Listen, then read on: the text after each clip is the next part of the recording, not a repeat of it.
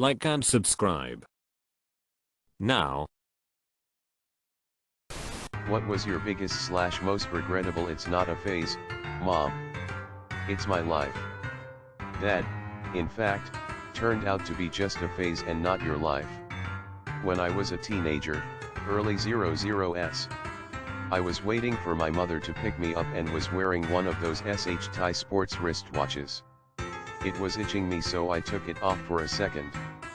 But then she arrived, and because I was struggling to get it back on my wrist, I looped it around the equally SH-tie chain I had around my neck in a rush to get out the door. My mom asked me about it in the car, and I told her this was my new style and I planned to wear it like that every day. She rolled her eyes. I wore that watch on a chain around my neck every single day for 3 years or so. There are even professional family photos where I'm wearing it because I refused to take it off. One day, the chain broke and I lost the watch. I was in high school at that point anyway, and it was a major lady repellent. So, phase over. My cat ear phase. I wore cat ears every single day. Everywhere. I had like 20 pairs of them. Now everyone thinks I'm a furry. My daughter is currently going through a cat ear phase. Fortunately, her bestie is also experiencing a cat ear phase. So they're having a good time being weird and adorable together. I was very into the Transformers when I was a wee lad in the 1980s. One day, I decided to change my name to the name of my favorite Autobot. My name was Lame, and I wanted an awesome Transformer name.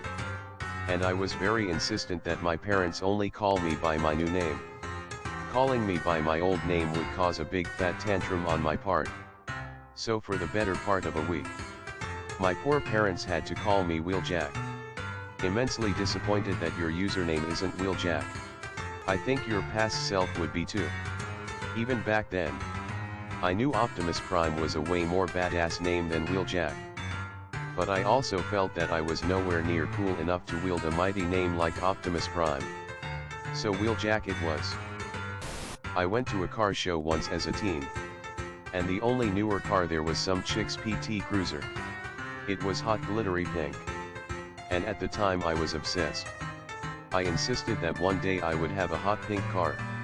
With pink seats, pink dash, pink carpets, etc. I was pretty heavily goth at the time. So my parents just rolled their eyes. Wanted to be a wrestler. Would put on shows on my trampoline and had a magazine too. Never made it to Mania. My boyfriend when I 16 that I swore to God was my soulmate. I don't even remember his name now. Sorry Mom. Really wanted a horse. Ridiculously allergic to horses. Also could not afford a horse. No one can afford a horse. It's okay. Trenchcoat phase after I saw The Matrix. Turns out a goofy effing 13-year-old doesn't look or feel as badass in one as Neo does. Edit, I was a sheltered kid in a sheltered town. I'd heard of Columbine but had not seen the video and had made no connection between the coat and the event. You gotta wear the sunglasses too. I would bet my next paycheck that Up had the glasses too. I got a tattoo when I was 21, a fairly big one, because I wanted to show my parents I was an adult and could do what I wanted with my body. I absolutely loathe it now and am looking to get it removed. Just the standard, I don't need to go to school. Mom. I'm in a band. My mom was like, your band sucks. At least go to music school so you can learn to play. Ah. That's a classic. I used to button the top buttons of polo shirts. I must say, this is probably the worst one I've read. Cheaper than a chastity belt. I made up a girlfriend named Sarah that died of cancer and told everyone how I was depressed and wanted to kill myself. I had a posh phase once. Spoke in a terrible British accent. Put my pinky out while drinking tea. Said pardon a lot.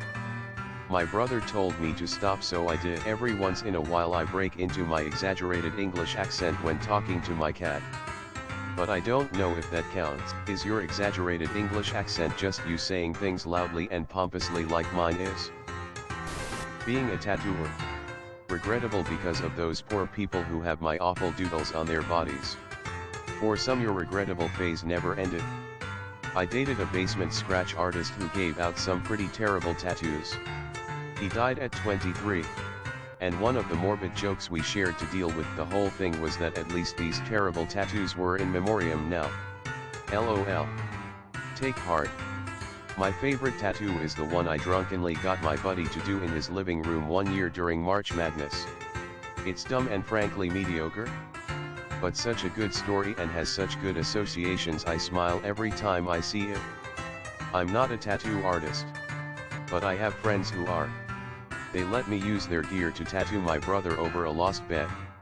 It was the tightest tattoo he had by far, but he would always say it was his favorite. He passed away this year and I miss that tight tattoo. I always thought I wanted to be a tattoo artist.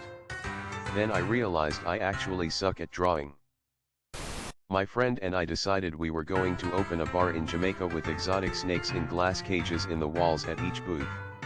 We convinced ourselves it would be amazing for at least 2 years in college. It was going to be called Fredro's. My entire family made fun of me for it. Once we got out of college, we realized it was not feasible and joined the office grind. We're also 2 white guys with no ties to Jamaica. Rip Fredro's, the best bar in Jamaica ran by 2 white guys that never was. This honestly made me laugh. So random. Rip Fredro's. I hope you guys still keep in touch and have a sign of Fredro's in the garage or somewhere and drink exotic drinks with umbrellas under it. I was obsessed with the craft in junior high and was convinced that I was a witch. I basically just drew pentagrams all over my schoolwork and wore a lot of rings on my fingers. That's it. I think a lot of us 90s girls did this. I started a coven with my friends in 8th grade. We would buy Wicca books from Barnes Noble and one girl took it way too seriously and got mad at us when we didn't do our reading assignments. Was a teen girl in the 90s, can confirm. I wasn't the one who tried to get a coven together and take it way too seriously. That was our gay friend. He really questioned our commitment. If it makes you feel any better. I had a classmate in high school who was very dark. She was really a sweet kid to start and then she just deep-ended. She decided to carve a pentagram onto the top of her hand with an X-Acto knife. I happened to walk into the classroom while she was doing it, and asked, "Why are you cutting the Star of David into your hand?" So yeah, there is a lovely, middle-aged woman walking around with a very faint scar of the Star of David on her hand. Scar of David, baggy pants. Being a rapper someday and being a professional skater. When I was about 14 and Eminem was starting to blow up, I bought myself a keyboard with a synthesizer. It cost like $200, which was all the money I had saved up. It finally came. This was way before Amazon Prime and such, and I tried rapping. My sister told me, "You're effing horrible," and I gave up right then and there. Give it another shot. Maybe you aren't so bad. I had a Jedi braid when I was younger. I did too. Although I'm a girl with long hair, so it was not that noticeable. I had it especially if there was a test that day. I guess it made me feel closer to the Force or something. I also have it in my 8th grade class photos. I's username suspiciously. I think maybe you still do. I wore a top hat with an anime pin on it for around a year. Met one of my current best friends while wearing it. I don't know how he could bear to speak to me after that. Genuinely laughed out loud at this one. Thanks for sharing. Then you'll love this. I wore top hat and real old-timey clothes and blue-tinted sunglasses, think Ozzy Osbourne glasses, to school. Yeah. I still wear long coats. But dropped the anno 1880s outfit and the sunglasses. The most difficult upvote I've ever given. God, it hurts to read. Acting like a thug, being 12 years old from a white middle-class family but acting like a career criminal. Born in the streets. Who had done a nickel of hard time in the clink. At the mall on a Friday night, giving you the crazy eye with my backward hat and baggy pants. If someone did actually try me, we would usually just bump chests and say do something, then go ahead, then no you do something homie, walking in circles with my hands by my side because I'm more concerned about looking gangster than I am about defending myself. 9/10 times nothing would happen, but I would definitely chalk it up as a win for my crew anyway. Side note though, one of my best homies headbutted a guy with terrible headbutt technique and it knocked them both unconscious. But because my friend woke up and got up first, he declared himself the victor. It was surprisingly hard to argue with that logic. Also, I had my nickname embroidered on my fitted hat from Lids Lily, but because of the calligraphy style font and bad spacing it appeared to read Lyle or Lily as most would pronounce it, and that sucked. I spent like a whole month's allowance on that stupid hat, never to be worn again. But also never forgotten by my friends. Sincerely yours, Lily. Sounds like a good day on the streets to me. I never got to experience anything like that as a kid. I suppose the closest thing was back when I got into paintball. I was obsessed. Turns out it was just a 3-year phase, since the entire paintball community sort of died off all around the same time. Yeah, paintball took a massive hit with the economy plunging in 2009. It's a really expensive hobby and never truly recovered. Is that what did it? When I go to our local outdoor store, I sometimes look at the paintball section and it's like all the same Tippins from 2004. The police are probably the biggest buyers now. Dude, I never thought about it. But all the guys in my school have hundreds of dollars of paintball gear. And paintball just disappeared. Dancing to One Direction and thinking I'd be in the background of their music video LMAO. I actually said that this is going to be my career. This. Except it was T.A.T.U for me. I told my family that they were coming to my school and I was selected to dance on stage to their big hit. All the things she said. So I needed to practice in the living room for months. When asked what other songs they had, I can't remember what I made up because all I remember is their face full of pity. The only person that believed me was my 7-year-old sister, and I forged their autographs for her. There was a time in my younger days when I was obsessed with death. I wanted to be a hitman. I had convinced myself that I was gonna be an assassin. That lasted a few months. Just a hobby now. Never turn what you love into a job. You lose the passion for it then. That's exactly what an assassin would say. Well, that is good. He found his real calling. The person that orders the hits. I wanted to be a big-time hero and save the world from every bad thing. I just play D&D now. What do you play as? DM or a class? I'm gonna guess Paladin. Ugh. My tramp stamp. Thought it made me look so hot and flirty. Now I'm a professor and always have to wear high-waisted pants so none of my students ever see it. Due to being a massive Harry Potter fan, my stepsister just assumed I liked Star Wars. I was stupid and embarrassed because saying I wasn't a fan would make me less of a nerd, so I put up with years of Star Wars gifts and collectibles, including figurines, onesies, PJs, movie tickets, books and so on. I still haven't watched all of them. It only stopped when I moved out of home. There was a time when I believed that I wanted to enter seminary and study for the priesthood. Mom said, "It's a passing fancy. You lead an intensely secular life and are only flirting with the idea because you enjoy time spent at church playing your organ as a layperson." She was right. But I wouldn't admit it at the moment. By my junior year in high school, the notion had passed. Did you at least continue playing the organ and shred Zone 6 solos though? Thanks for your comment, Onik Jankov. Yes. I continued studying organ all through college and graduate school, making it my profession. The same thing happened to me. In my freshman year I got super into wanting to be a sister/nun and started getting really religious and studying to be one. My grandma and mom were so proud and told the whole church, including the priest. By the end of the year, I got confirmed and finally graduated CCD and didn't have to go every week anymore. By the fall of sophomore year I didn't want to be one anymore. but I am too scared to tell them because it will be embarrassing for our whole family. I didn't ask for them to tell everyone and now I'm stuck. Maybe I should just claim that God called me to do something else. After all, to them, God is always right. I was an altar boy for 12 years and knew a guy who was one for the same amount of time. He and I did a ton of church stuff together and he was super excited to go to seminary. Always wanted to be a priest.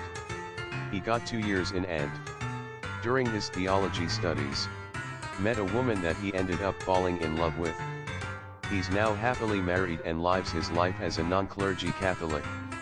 This dude was so close to being a priest and was already well into his education, but still decided to do what he felt was right with his life. His parents were nothing but supportive and our longtime pastor was overjoyed to hear that he found someone he loved so dearly. Suffice it to say, if you no longer feel called to be a sister, don't do it. If anyone in your family or your church gripes about it, they're not being good Christians. If God is no longer calling you in a certain direction, then you follow the other path. There is nothing wrong with that. Do your thing, friend, and know that God is happy when you're happy. When I was 16, I kept my hair dyed blue, and kept myself fairly busy earning money to keep buying the hair dye so it would stay that way. One summer, one of our cats, a gray and white one, had to have a leg amputated after being bitten by a snake. And I noticed that the skin beneath the fur was the same color, in the same pattern, as her fur had been, and it was just enough to pass idiot teenage muster. So, I shaved my head with the intention of getting my entire scalp tattooed blue, thinking that when my hair grew back in, it would be forever blue. I even found a tattoo guy willing to do the job, but only if an experimental square inch worked. I'm still blonde, but I do have a tattoo on my scalp that's just a blue square. My mother was too dumbfounded to say anything, and my stepdad just walked out onto the back porch to stare into the yard for a while. It was never brought up again once it was clear the experiment didn't work. I never dyed my hair again after that either. That's effing hilarious LOL. And my stepdad just walked out onto the back porch to stare into the yard for a while. This got me. You paint a great picture of a disappointed dad. He was thinking about testing painting a patch of dirt green to see if the grass will always stay green. I am laughing so hard at the mental picture of your stepdad with a 1,000-yard stare. I would love see this play out in a sitcom episode format. Can we just give a moment of appreciation for the tattoo artist in this scenario? They are the master of all trolls. Oh God. Acting. After years of theater starting in elementary through college, I thought that was it. Loved being on stage. My Korean mom would try and bribe me with fast food and other contraband instead of heading out to classes and auditions. Now I work in IT but still take classes here and there. So, compromised. I'm 29 and till this day still obsessed with something new every couple weeks. My wife hates it. I went through an Eminem phase where I decided to speak more urban. It was basically me saying yo a lot and making fulsome gestures with my hands. I would work lyrics into my everyday vernacular like how else do you get to the booty and rap god. Usually they were completely out of context and inappropriate. I called my friends my peoples. I'm cringing into the floor just thinking about it. Sad part is we still have phases as we age. Hit 40 and I had my first I'm going to get cancer and die phase. Little later it was I'm going to have a heart attack and die phase. I've had friends all seem to go through something similar. That realization of our own mortality. Plus people my age get wanderlust and chase tail or buy a new sports car. Did neither thankfully. I'm 46 and went through a Viking phase. I was obsessed with Vikings. Read books. Watched shows and docs. Learned all I could about them. Did the Ancestry.com and found I have very little Scandinavian blood. So, that happened. But now it's pirates. Wow. I had my I'm going to have a heart attack and die phase in my 20s. Anytime my shoulder ached I thought I was a goner. That sucked. I'm in my 20s and I'm having an aneurysm phase right now. Anytime I get a slight headache I reassess my will in my mind. Wanting colored contacts. My vision was fine. But I wanted purple eyes. I still think it would be cool. But I'm not going out of my way for that. A few years ago I briefly dated a goth girl who I brought to Easter dinner at my mom's. I went with my mom and brother to the store to get some things before dinner, and when I came back ready to eat my ex had put in red colored contacts when she got ready for dinner. My mom's dog's effing lost it and wouldn't stop snarling like a demon had joined us for dinner, and I have yet to live it down with my family. Not sure why I shared that, but it seemed relevant. New Kids on the Block was a lifestyle. I went through a weird phase as a child where I almost exclusively watched the Weather Channel for a couple of years. This was back in the early 2000s, when there was no entertainment programming, just repeating news segments and local on the 8s, the latter of which I got really excited for. I was also obsessed with watching this stupid slideshow on the local access channel and memorizing the lunch menus for every school in the district. My mom would get angry at me for doing this. She even took me to see a child psychiatrist, who decided there was nothing wrong with me, I was just strange. But really, I was absolutely obsessed with PowerPoint. I made all sorts of presentations in my free time, and I was convinced I would become a professional PowerPoint maker, which no one at the time told me wasn't a thing. It turned out to be a phase because being forced to use PowerPoint today makes me groan. I'd rather spend hours editing a video or writing an essay, especially if that PowerPoint presentation requires an accompanying speech. I find this phase to be regrettable because I missed a lot of great children's shows of the time, like Lizzie McGuire and As Told by Ginger. I just wanted to watch the most mundane, unmemorable things on TV. My anime phase. I don't really watch a lot of anime now, but I wouldn't mind watching it from time to time. Especially when I was 13-14 and went through a whole phase of watching this one show and becoming dark because this character was only into dark things and wore the color black all the time. I also remember thinking how super hot he was.